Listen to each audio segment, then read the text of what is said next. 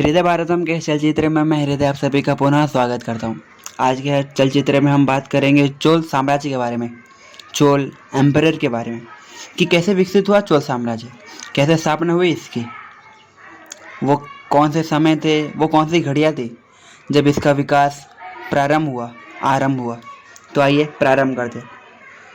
सर्वप्रथम हमें जान लेते हैं कि चोल वंश सत्ता में कैसे आया। तो इसका प्रारंभ होता है 8वीं और 9वीं शताब्दी के आसपास।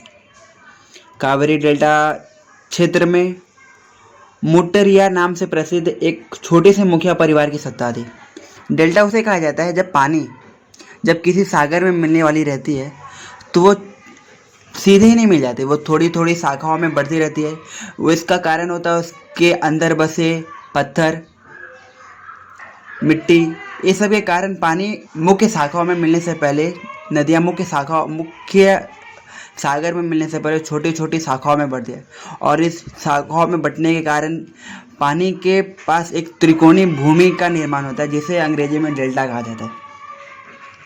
तो कावेरी डेल्टा के पास मुट्टिया नाम से प्रसिद्ध एक छोटे से मुखिया परिवार की सत्ता थी और वे कांचीपुरम के पल्लव राजा के सामंत थे।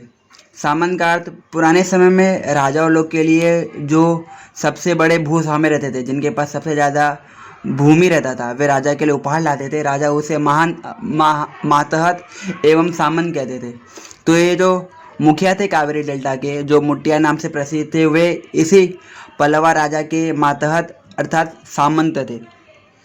तो चोल वंश के संस्थापक, जिसे हम विजयालय नाम से जानते हैं, उन्होंने इसी मुट्टरियार नाम से प्रसिद्ध इस मुखिया परिवार की सत्ता को हराकर विजय कर चोल वंश की नींव रखी और उसी के आसपास के क्षेत्र में तंजावुर शहर का निर्माण किया।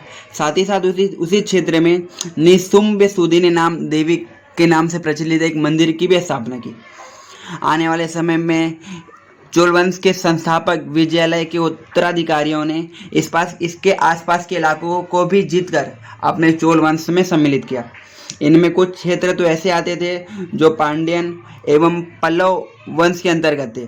इनमें से पांड्यन चोल साम्राज्य के दक्षिण में तथा पल्लव चोल वंश के उत्तर में आते थे और इन राज्यों में से भी कई हिस्से चोल वंश के उत्तराधिकारियों ने जीतकर अपने राज्य में सम्मिलित किए।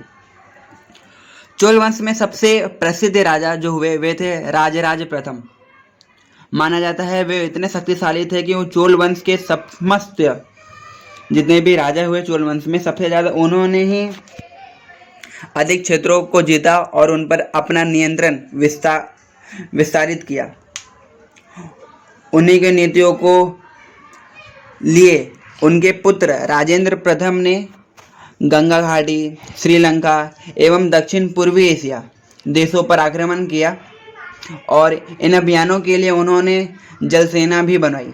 उनके पिता राजराज प्रथम ने साम्राज्य के प्रशासन का पुनर्गठन भी किया था।